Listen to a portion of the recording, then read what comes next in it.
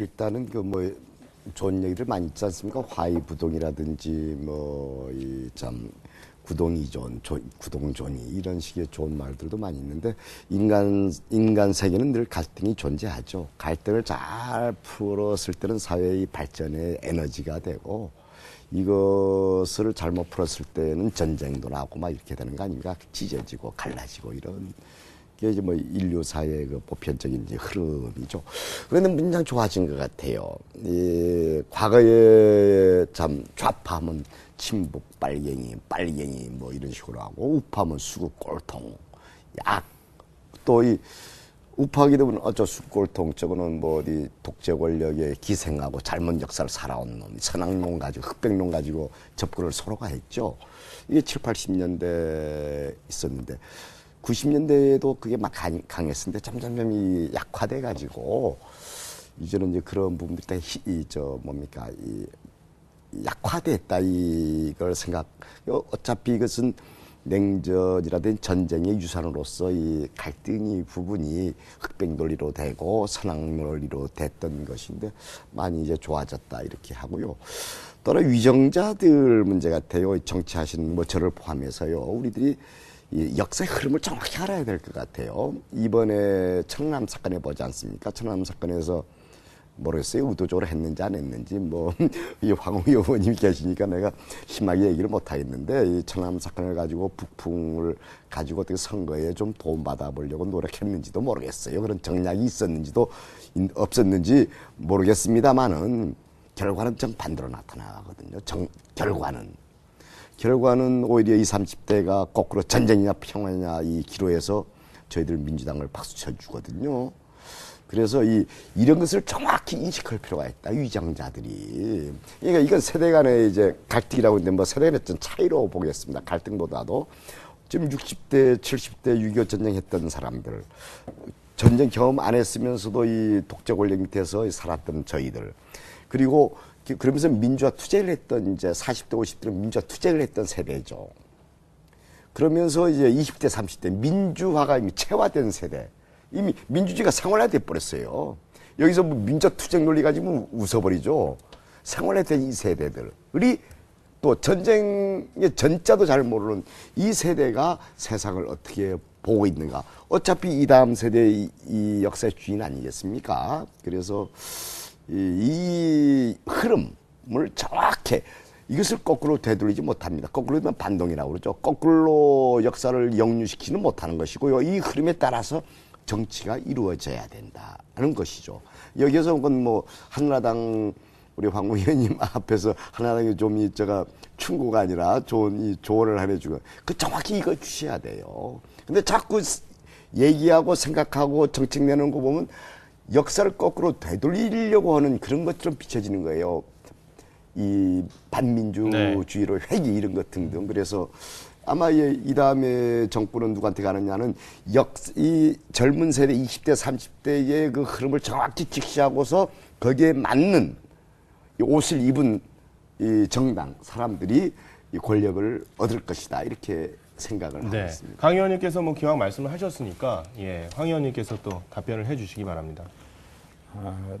강 의원님 지적에 저는 아주 120% 동의합니다. 동의하고 우리 사회의 이러한 갈등은 저는 긍정적으로 봅니다.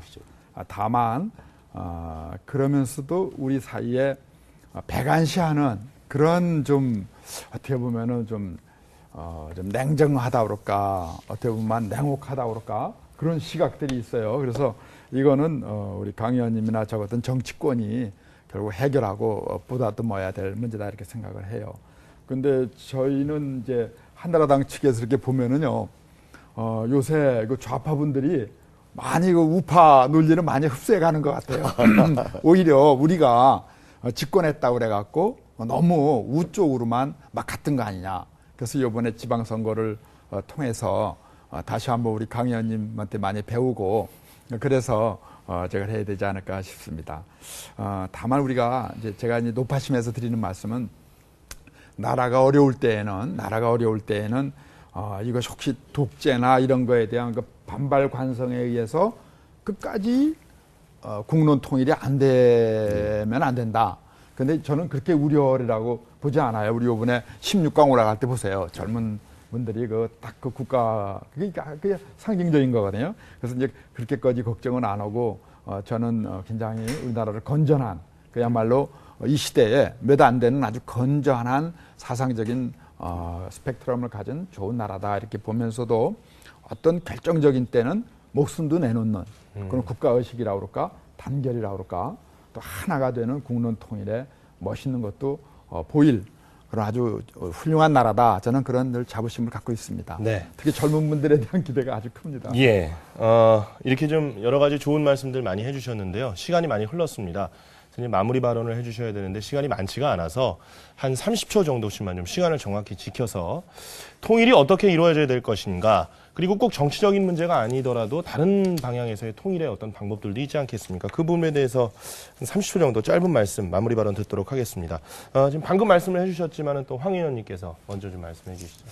저는 쉬운 것부터 하나가 되자 그런 생각입니다. 예술, 문화, 스포츠 그리고 청년들 교류만큼은 어떻게 정상회담을 해서라도 물꼬를 터서 이러한 쉬운 것부터 하나 되면서 또 많은 학자들이나 정치인들은 지금 양극화돼가는 남북의 갈등과 거리를 좁히는 생각과 제도를 계속해서 만들어 나가야 된다 하는 생각이고 오늘 유익했다고 생각합니다. 네.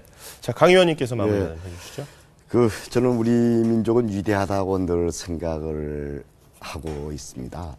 지금 참 어려운 남북, 특히 우리 어쩌면 이제 분단 비용도 나왔고 통일 비용도 나왔는데 이제 지상 과제가 되어 있습니다. 우리 민족의 웅비, 세계 속으로 웅비할 수 있는 그 전로의 기회다. 국제적 조건도 좋게 가고 있다. 여기에서 저는 지금 현재는 이제 난국처럼 보입니다만은 이 난국을 참 잘 극복해 나갈 것으로 이제 기대를 하고 있고 또 그렇게 될 것입니다. 그리고 지금 현 정부에도 자꾸 이 통일의 문제, 평화의 문제를 정략적으로 이용하지 마시고 이 동포의 그리고 이 한민족의 이 미래, 천년의 역사를 새로 그린다는 그런 차원에서 아주 진중하게 접근해서 화해, 협력, 평화, 통일 이 길로 나아가기를 간절히 소망합니다. 네. 이 교수님께서 마무리 발언 해주시죠. 네, 6.25 전쟁 60주년입니다. 오늘이. 6.25 전쟁의 교훈은 전쟁을 거친 통일은 불가능하다는 그런 교훈입니다. 어떤 이 전쟁보다 평화가 낫습니다. 그러니까 우리는 평화의 가치를 소중히 생각해서 전쟁 발발을 저지하고 억제해야 된다고 생각합니다. 네. 마지막으로 김 소장님께서 마무리 발언 해주시죠. 통일의 세상은 사람의 힘으로 사람을 위한 통일이어야 된다고 생각합니다. 그래서 어린이나 여성, 노인들, 정말 소외받는 사람들도 꿈꿀 수 있는 평화의 세상입니다.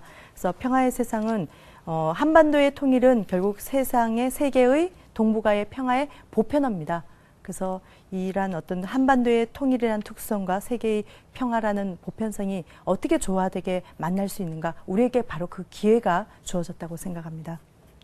자, 아쉽지만 오늘 이렇게 토론을 마무리를 하도록 하겠습니다. 6.25 전쟁 60주년을 맞아서 한반도가 어떻게 통일을 향해서 나가야 될지 토론해봤습니다. 오늘 참여해주신 네 분께 대단히 감사드립니다. 고맙습니다. 네, 감사합니다. 네, 시청자 여러분 어떻게 보셨습니까? 여러분이 생각하는 통일은 과연 어떤 방향입니까? 사람도 60이 넘으면 새로운 인생을 계획한다고 해서 인생은 60부터라는 말이 있죠. 남북관계도 이제부터 2010년부터 새로운 화해의 계기가 모색이 됐으면 좋겠고요. 등을 맞대고 있을 것이 아니라 이제는 돌아서서 뜨거운 심장을 맞대고 서로 간의 인권 문제와 정치적인 해결 방안을 모색했으면 좋겠습니다. 늦은 밤까지 시청해 주신 여러분 대단히 고맙습니다. 다음 주에 뵙죠.